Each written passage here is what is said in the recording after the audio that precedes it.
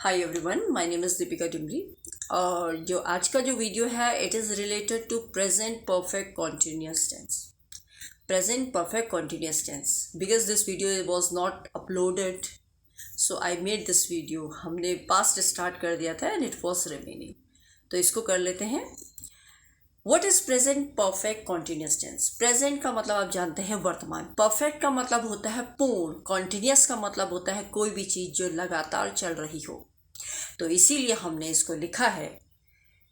इस टेंस का यूज कहाँ पर होता है, मतलब इसकी परिभाषा क्या है? तो परिभाषा इस तरीके से है कि भूतकाल में, पास्ट में, बहुत पहले से शुरू हुई क्रिया, मतलब कोई भी क्रिया, वर्ब जो पास्ट में शुरू हुई होगी और अभी भी जारी है, मतलब प्रेजेंट में भी चल रही है। पास्ट से लेकर वो प्रेजेंट में भी अभी कॉन्टिन्यूएशन में है, और हाल फिलहाल में, मतलब अभी अभी जो पास्ट में चली हो और वर्तमान में जारी रही हो और अभी अभी समाप्त हुई हो या खत्म हुई हो। क्योंकि हमने परफेक्ट बोला है तो परफेक्ट का मतलब होता है पूर्ण। तो पूर्ण तभी होगा when the work will be done, क्रिया जब हो जाएगी कंप्लीट। तो क्रिया अभी अभी कंप्लीट हुई है जो कि भूतकाल से प्रेजेंट तक जारी थी। उस सेंस में हम प्रेजेंट परफेक्ट टेंस का प्रयोग करते हैं। I hope it's clear to you. इसे हिंदी के वाक्यों को हम कैसे समझें कि अगर कोई हिंदी का सेंटेंस है, वाक्य है, तो हम कैसे अनुमान लगाएं कि which tense is this? How can we say that it is a present perfect continuous tense? तो आपको कुछ नहीं करना है। आपने सिर्फ, अगर कोई सेंटेंस है उसमें आपको ऐसा लगता है कि एंड में, वाक्य के अंत में ता आ रहा है, मतलब कोई चीज चलती आ रही है, इज दैट क्लियर? तो समझ लीजिए it is present perfect continuous tense. For example, वह सुबह से पढ़ाई करता आ रहा है। Is that clear? वह सुबह से पढ़ाई करता आ रहा है, मतलब still he is doing the work. सुबेरे से चल रहा है, कंटिन्यूएशन में है। Is that clear? तो आ रहा है, अगर इस तरीके से अगर आपका सेंटेंस वाक्य में अंत में अगर आता है तो that is your present perfect continuous tense. Now as we told and as we have done earlier also, कि हमने टेंस को, हमने क्या मतलब, ये तो ग्रामर के रूल है। टेंस को 3 सेंटेंसेस में डिवाइड किया गया है। First is your positive, the other is your negative and the third is your interrogative. Positive को हम अफर्मेटिव भी कहते हैं। तो यही 3 प्रकार के वाक्यों की संरचना और उसको कैसे फ्रेम करेंगे हम सेंटेंसेस में, we will do in the next slide. Let's have a look how. अब प्रेजेंट परफेक्ट कॉन्टिन्यूस टेंस का हम पॉजिटिव वाला पार्ट ले लेते हैं। तो आप जानते हैं this is affirmative also, we can say affirmative, affirmative sentence जिसे हम पॉजिटिव भी कहते हैं। सब्जेक्ट्स हमने कहा है हमेशा सब्जेक्ट्स 2 भागों में विभाजित होंगे। It will be divided into 2 parts. One will be your plural, one will be your plural nouns, that subjects जो प्लूरल सब्जेक्ट्स होंगे, जैसे I, you, we, they. Is that clear? And the other will be your singular nouns, जिसमें होगा आपका he, she, it and name of any person, place और a thing. It will be included in a singular nouns, एक वचन संज्ञा में। तो rule ये है कि जब हम बहुवचन संज्ञा, that means I, you, we, they का प्रयोग कर रहे हो प्रेजेंट परफेक्ट कॉन्टिन्यूस में, और वो भी पॉजिटिव सेंस में, तो जो संरचना बनेगी, जो स्ट्रक्चर बनेगा, it will be like this. First will come your subject, then it will come have, यहाँ हम हैव का प्रयोग करेंगे, एंड बीन का प्रयोग कॉन्टिन्यूएशन में है तो हैव और बीन, और वर्ब की आप कह सकते हैं फर्स्ट फॉर्म और उसके बाद आईएनजी लगाएंगे, या आप इसको डायरेक्ट से कह सकते हैं वर्ब की आईएनजी फॉर्म लगाएंगे। Is that clear? Let's have a look with example. Example ये है, I have been working all day. I have been working all day मतलब मैं पूरे दिन काम, मैं पूरे दिन से काम करती आ रही हूँ या करता आ रहा हूँ। Is that clear? तो आई के बाद, I is your subject, have लगेगा आई के बाद, being a plural noun. Then been लगेगा, वर्ब की आईएनजी फॉर्म लगेगी। Is that clear? इसी तरीके से जब हम सिंगुलर में मतलब he she it name of any person place और अ थिंग लगाते हैं, एक वचन संज्ञा, तो वहां का जो स्ट्रक्चर होगा it will be like this. आप पहले सब्जेक्ट लेंगे, उसके बाद आपने हैज लगा देना है।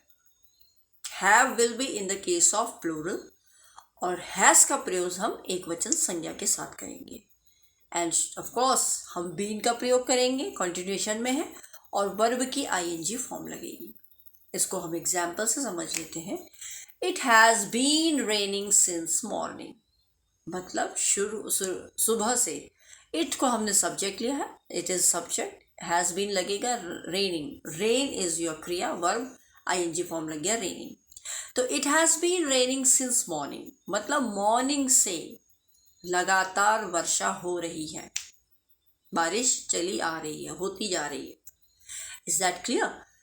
आप एक चीज़ को थोड़ा दिमाग में फीड कर लीजिए। हम परफेक्ट कंटिन्यूअस टेंस कर रहे हैं, तो यहाँ पर हम सिंस और फॉर का प्रयोग ज़रूर कर रहे हैं। ये होगा कब से कर रहे, कब से काम हो रहा है, कब तक के लिए हो रहा है।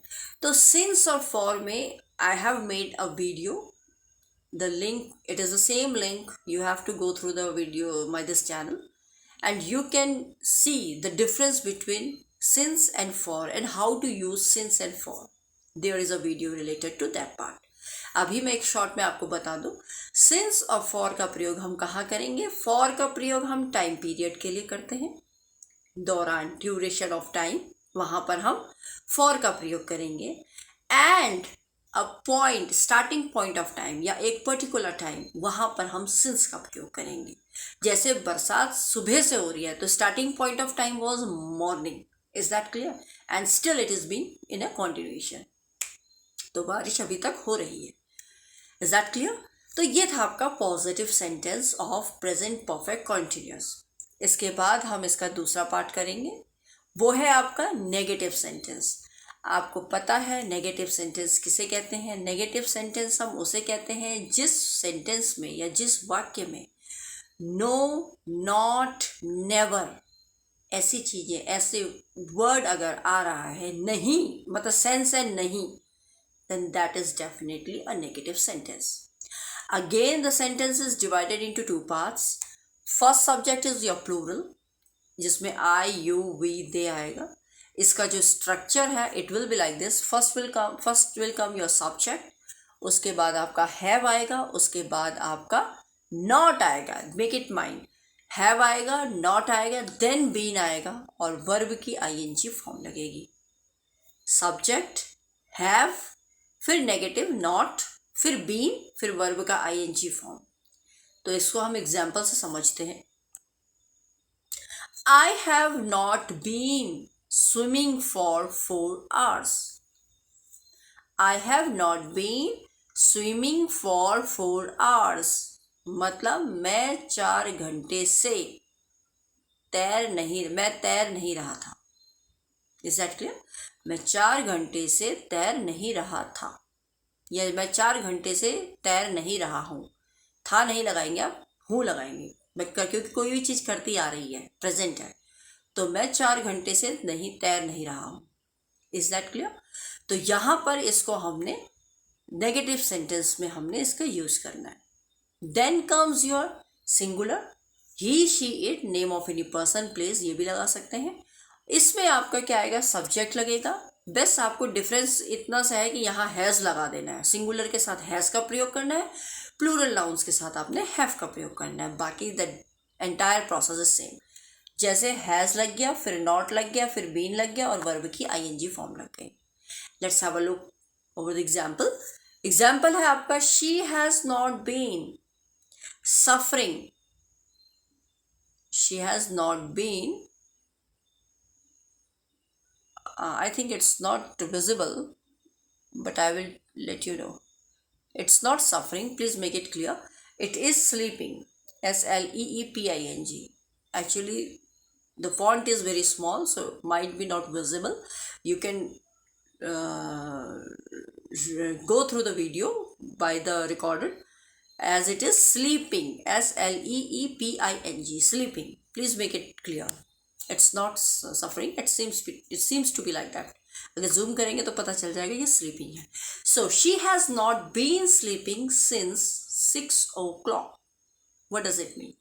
मतलब she has not been sleeping since 6 o'clock. वो 6 बजे. अब ये मेंशन नहीं किया है कि ये 6 o'clock कब का है, सुबह का है या शाम का. बस आप ये कह सकते हैं कि वह 6 बजे से नहीं सो रही है.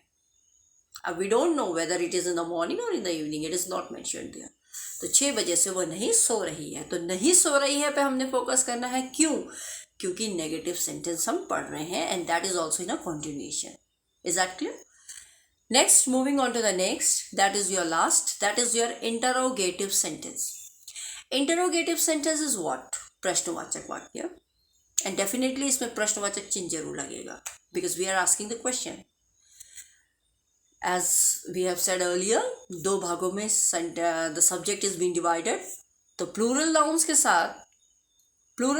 साथ I, you, we, they के साथ have लगेगा. अब क्योंकि प्रश्न है तो जो have पीछे लगा हुआ था अब वो आगे आ जाएगा क्योंकि उसने क्वेश्चन बनाना है.